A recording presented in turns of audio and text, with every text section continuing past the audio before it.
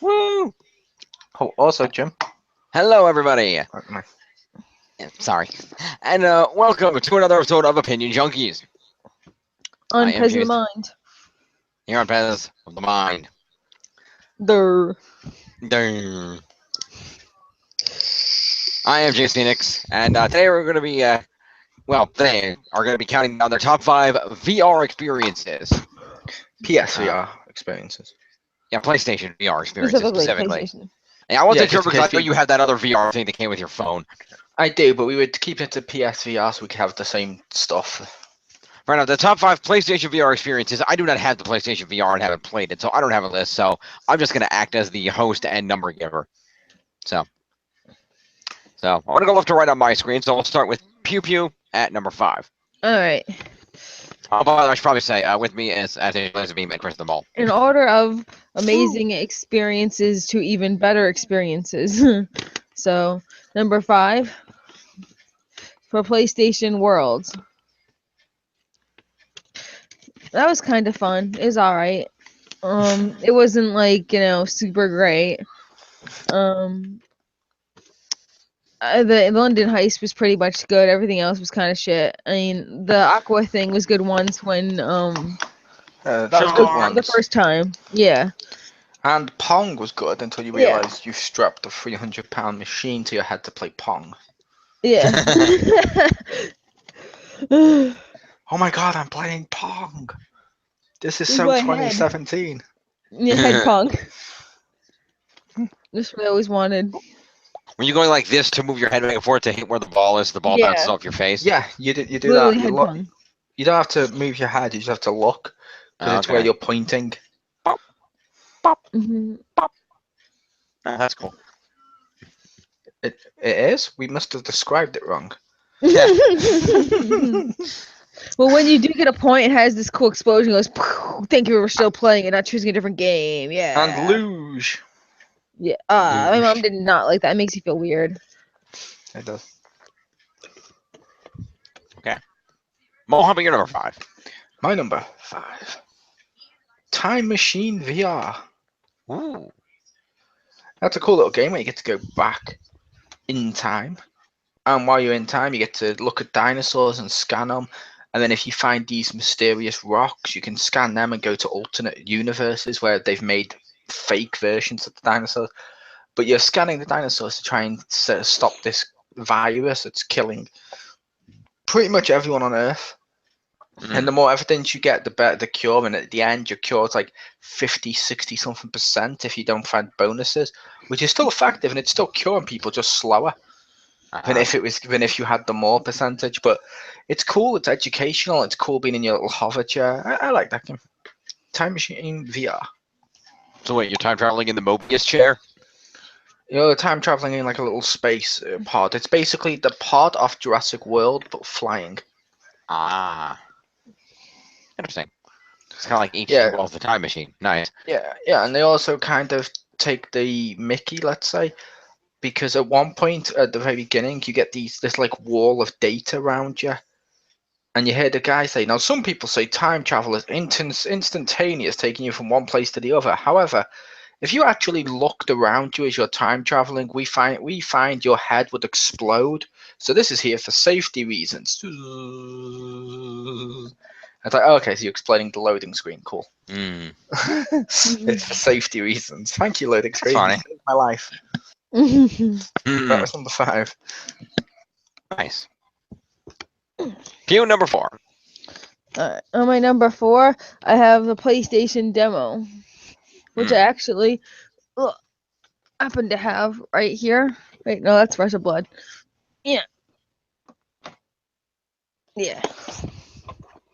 World's demo.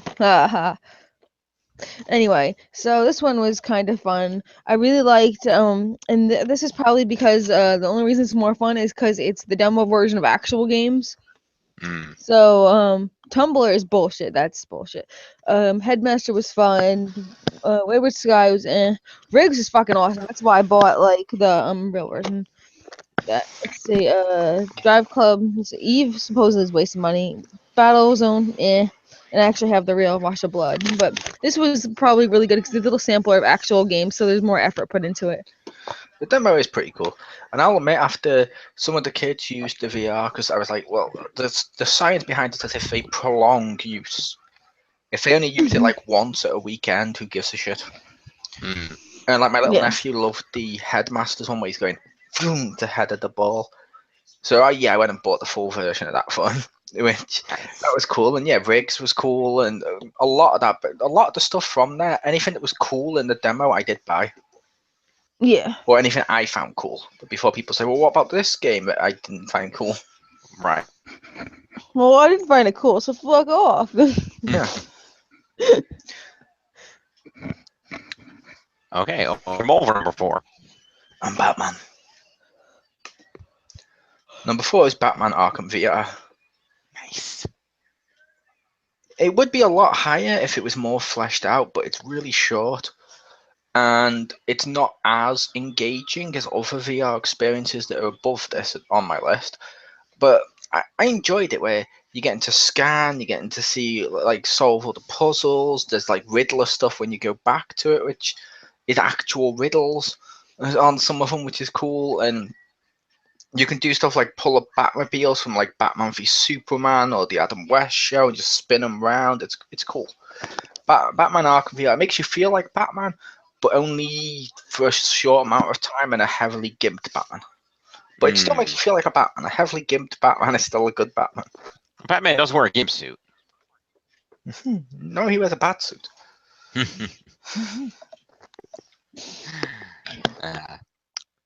Pew, number 3. We got number 3 is Rush of Blood. So I like this, even though it scared me and I was too scared to play it. Mostly, I did enjoy watching my sister play the entire thing. It's really fun. It actually does relate to Until Dawn, because it's official title, Until Dawn: Rush of Blood. So I really liked it. It was really cool. It's really scary. I didn't like that part, but you know. Nice. Nice. Back order ball for number 3. I Expect You to Die.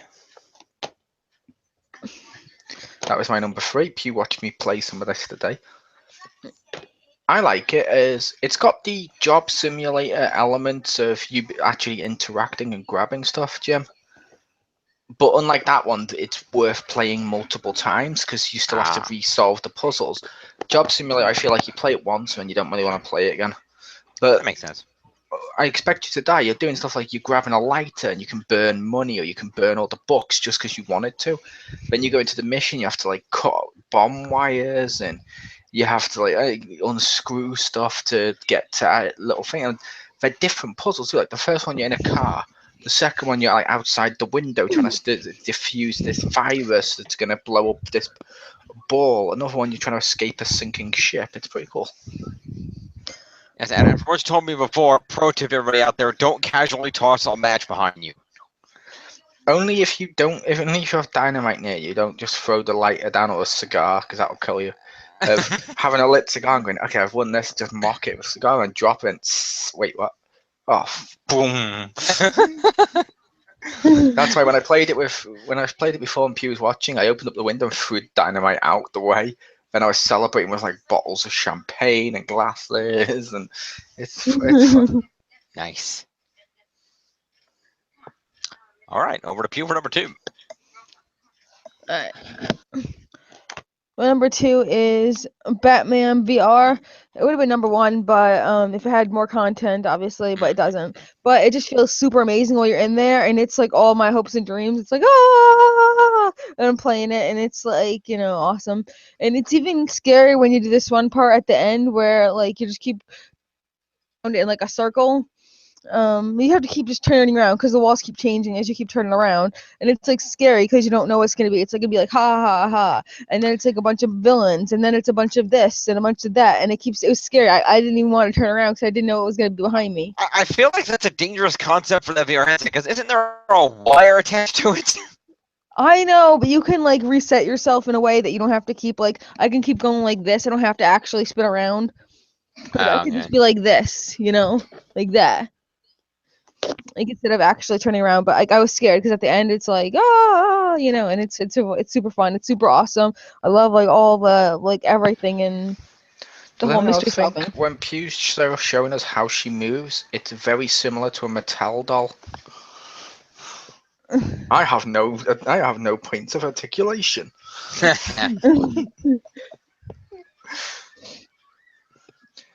So that was super duper fun. Okay. Yeah, I do want to play that one. Bowl number 2. You should Number come here and 2. play it. Technically, it's DLC, but this is experiences, not necessarily games. Yep. Star Wars Battlefront DLC. Nice. You're in Star Wars.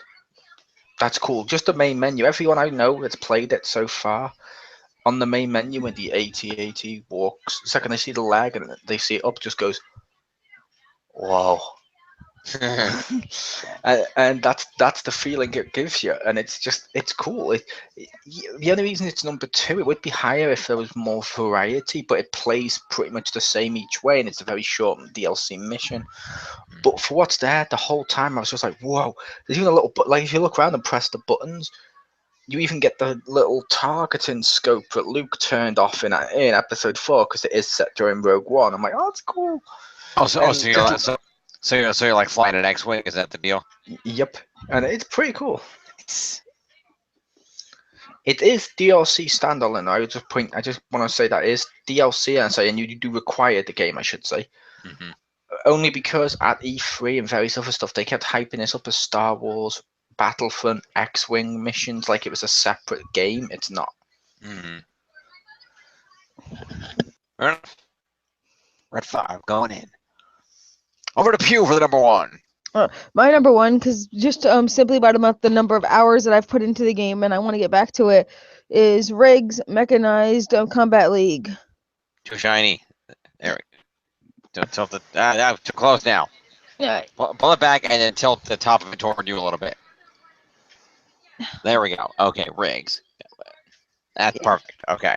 All right. So like, cause I absolutely freaking like love this game. And I've been playing so many hours of it now. I'm this green like robot medic kind of thing, but I'm like super awesome offensive too. And I keep winning all these matches and getting MVP, and it's super fun. And everything tells you should get sick by moving around and doing all this stuff in VR, but it's not. It's perfect. It has so many things put in place to make you not sick. Yeah.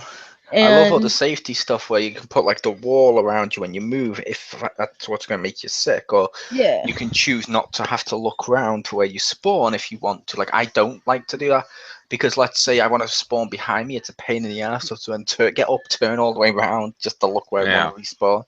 yeah. I'm like, no, I'll do it with a stick. So, but the option's there if you want to. Yeah, so I love this game so much. It's like a sports game because you get to make your whole brand, get sponsorships and stuff, and I get to be awesome and like it's just great. Yeah, the Riggs is pretty cool. It's like the best parts of Call of Duty meets the best parts of Madden meets the best parts of Overwatch, and all of them in one game. It's better than all of them. And I'm really like, that's just awesome. It's amazing. Cool. That sounds like fun. And bring it home, Mole with number 1. Until Dawn, Rush of Blood. Because when you play that game, when you're in the helmet, you got the move controllers out like that, and you're trying to shoot everything, and it does it 1-to-1 perfectly, and stuff jumps out, and it seems to make everyone at least jump once, which is cool. And I've played through the whole story mode. It was just fun. It was a blast. I loved going back into it, and it's just a great all-round experience. Because, yeah, okay, it ties into the original, which wasn't a great game, I'll admit. But what's here? It's like those rides at Disney, like the Buzz Lightyear one, where you're riding around shooting stuff. Only instead of shooting like inanimate toys, they're killer clowns, or evil spiders, or someone who's not Jason Voorhees. Mm-hmm. And like Buzz Lightyear, right? You can't just in between routes because you're bored, just spinning around constantly going wee. Nope. Trust me, you're not going to be bored on this one. No, I didn't think so. Because even when the lights go out, you're not like, oh, I'm bored now. You're like, oh shit, what the hell's going to happen? Mm-hmm. Yeah. Frère Jacques, what the fuck? And you see a little kid go, and you're like, I saw you again. Why are you doing this to me? Or that witch. I hated that witch that goes right at the camera. I hated her. She kept getting me. I'm like, oh fuck. Every time she got up, like, I was like, oh fuck, stop doing that. But like the Jason Voorhees enemies, to kill him, you had to think as well, where you had to like shoot him, manage your weapon, and shoot the explosives and shoot the stuff up top. It was just fun. It was just a great experience, and we're not near where VR can go yet, but this was a cool testing ground, if you will, for where it can go. Yeah. Nice. Yeah.